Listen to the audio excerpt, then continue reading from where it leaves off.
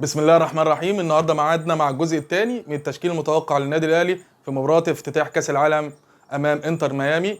ان شاء الله تعالى اتكلمنا عن في الجزء اللي فات، هتلاقوه في صندوق الوصف، اتكلمنا فيه عن حارس المرمى وعن خط النص.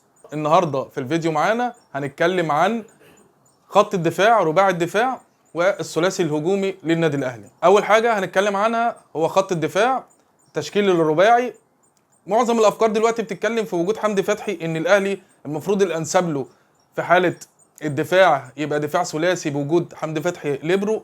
بس اعتقد ان المدرب اللي موجود دلوقتي مع النادي الاهلي بسبب الفتره القصيره اللي موجود فيها مع الفريق مش هيحاول يغير التكتيك او يحاول يغير طريقه اللعب، وبالذات في الخط الخلفي. فاعتقد ان هو هيبتدي يلعب باربعه زي ما هي. فالرباعي في خط الدفاع هنبتدي من ناحيه اليمين.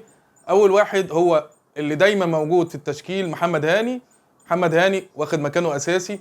محمد هاني بيتحول في ماتشات كاس العالم، بيبقى مستوى تاني، مستوى اعلى، في ليفل اعلى. نتمنى اداء محمد هاني بتاع كاس العالم يظهر في المباراه الاولانيه ديت. فمحمد هاني هو متوقع يبقى باك النادي الاهلي اليمين في هذا اللقاء. الباك الشمال في مفاضله، في كلام عن اذا كان كريم اللي هيلعب، كريم الدبيس ام يحيى عطيه الله. بالخبره والامكانيات يحيى هو اللي يبدا. لو هو المدرب بيحاول بقدر الامكان في المباريات الصعبه اللي زي كده يخلي يحيى عطيه الله هو اللي يبدا، فاعتقد ان هو ممكن يخلي يحيى هو اللي يبدا وكريم معاه في الاحتياطي. فهيبقى الباك الشمال توقعي انا ان هيكون يحيى عطيه الله. الاثنين المساكين هنا في كلام كبير حوالين مين اللي هيلعب. في خط الدفاع اشرف داري ومصطفى العش واحمد رمضان بيكهام وياسر ابراهيم. الاربعه دولت هيلعب منهم اتنين. الاقرب اللي يكون نسبه مشاركته اعلى هو ياسر ابراهيم. الفتره اللي فاتت اما المباريات اللي في نهايه الدوري كان هو حجر الزاويه في اداء الدفاعي اللي كان مش على قد المستوى، بس كان بيظهر في مواقف محتاجه فيه دفاع، كان بيظهر ياسر ابراهيم. فاعتقد ياسر ابراهيم لو سليم هيبقى اول واحد من الاثنين اللي هيشاركوا.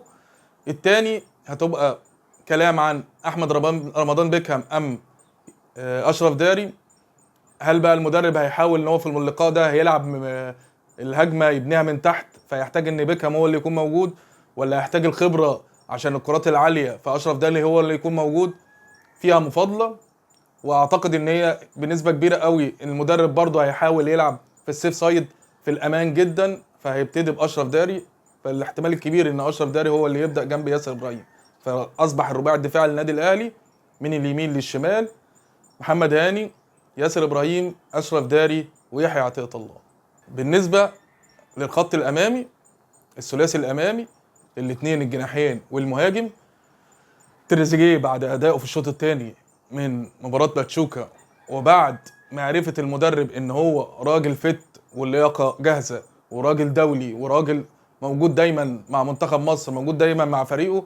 فتريزيجيه اول واحد من الثلاثه اللي هيضمن مكانه من ناحيه الجناح الشمال، لان تريزيجيه بيقدر يدافع ويرجع يدافع، لان النادي الاهلي محتاج ان الجناحات اللي تكون موجوده تكون بتعرف تدافع في لقاء زي ده جماهيري، في وجود لعيبه زي ميسي وسواريز في الهجوم ووجود جوردي ألبا على الباك الشمال. فمحتاج ان اللعيبه تكون بتعرف تدافع، الجناحات تعرف تدافع وتساند الباكات بتاعته. فتريزيجيه هيبقى اول واحد من ناحيه الشمال. ناحيه اليمين هتبقى المفاضله بين طاهر محمد طاهر واحمد سيد زيزو. الافضل في الوقت الحالي كلياقه بدنيه وان هو رجله في الملعب دايما هو طاهر. احمد سيد زيزو بقى له فتره ما لعبش مع الاهلي الا يا دوب نص ساعه، وبقى له اكتر من شهر ونص ما كانش بيلعب مع نادي الزمالك. فطاهر هو الاقرب ان هو يبقى الجناح اليمين للنادي الاهلي. وطاهر من اللعيبه اللي اتكلمنا عنهم في فيديو قبل كده ان هو ملتزم جدا تكتيكيا، بيقدر يدافع بشكل كويس، بيقدر يرجع لغايه دور الباك اليمين. فطاهر هو الانسب في جبهه فيها لعيب زي جوردي ألبا دايما هجومي، دايما بيهاجم، دايما بيشارك في الهجمات مع ميسي وسواريز. فاعتقد ان وجود طاهر محمد طاهر مهم في اللقاء حتى على الاقل في بدايته. وهيبقى في بنك الاحتياط في اشرف بن شرقي وحسين الشحات وزيزو، يقدر يغير بيهم الشكل الهجومي للاهلي، يقدر ينقل لعيبه الاهلي في الحاله الهجوميه والمشاركه الهجوميه لو النتيجه كانت فيها تاخر للنادي الاهلي لا قدر الله. المهاجم الوحيد اللي قدام النادي الاهلي حاليا هو وسام ابو علي. وسام ابو علي اتكلمنا الحلقه بتاعت امبارح ان وسام ابو علي لسه هيوصل للفريق ان شاء الله النهارده او بكره الصبح. فطبعا وسام ابو علي هيبقى يدوب قدامه 48 ساعه، تدريب واحد او تدريبين مع الفريق، لعب ماتشين لغايه الدقيقه 90 مع منتخب فلسطين. فهل هو لياقته البدنيه والساعه البيولوجيه عنده هتمنح له ان هو يقدر يشارك ويقدر يبقى المهاجم الموجود؟ وسام ابو علي لو في كامل لياقته هيبقى هو المهاجم الاساسي اللي لا غنى عنه للنادي الاهلي. في حاله عدم قدره وسام على بدايه اللقاء على الاقل هيخليه معاه ويبدا بيه الشوط الثاني. فاعتقد ان انسب واحد يلعب في دور المهاجم هيبقى اشرف بن شرقي، هو اللي هيقدر يلعب الدور ده كمهاجم، مش مهاجم وهمي، مش مهاجم رئيسي، هيبقى نازل لنص الملعب بيحاول بقدر الامكان يزود الاستحواذ في نص الملعب للنادي الاهلي. فاعتقد ان هو في حاله ان هو مش هيلاقي وسام جاهز بدنيا للقاء هيبدا باشرف بن شرقي. كده دي التشكيله المتوقعه للنادي الاهلي في المباراه الافتتاحيه. زي ما قلنا التشكيله هتتكون من حارس المرمى محمد الشناوي، رباعي الدفاع محمد هاني، ياسر ابراهيم، اشرف داري، ويحيى عطيه الله. اتنين في نص الملعب مروان عطيه ومحمد علي بن رمضان، امامهم امام عاشور.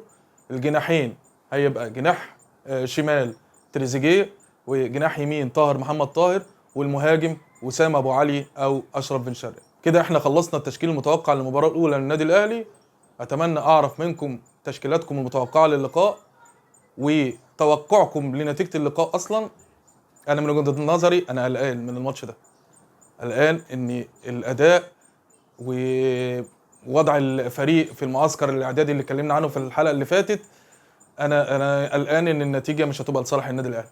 اتمنى ان يكون توقعي ده مش صح، ونتمنى ان الاداء الاهلي في اللقاء يكون اداء على قدر اسمه وسمعه النادي الاهلي، البطل افريقيا، نادي القرن الافريقي، من افضل انديه العالم. اتمنى ان يكون اللعيبه مقدرين الاسم ده ومقدرين الفالنه اللي بيلعبوا بيها، وان شاء الله باذن الله نتمنى لهم التوفيق في مباراه الافتتاح باذن الله. ان شاء الله تعالى هيبقى لينا لقاء معاكم بعد مباراه الافتتاح في فيديو عن بعض النقاط والتفاصيل الخاصه باللقاء، ونتمنى نكون بنحتفل بفوز النادي الاهلي بعد اللقاء ان شاء الله تعالى. وكده احنا خلصنا الفيديو اللي معانا النهارده، وان شاء الله مستني مشاركتكم في التعليقات. والسلام عليكم ورحمه الله وبركاته.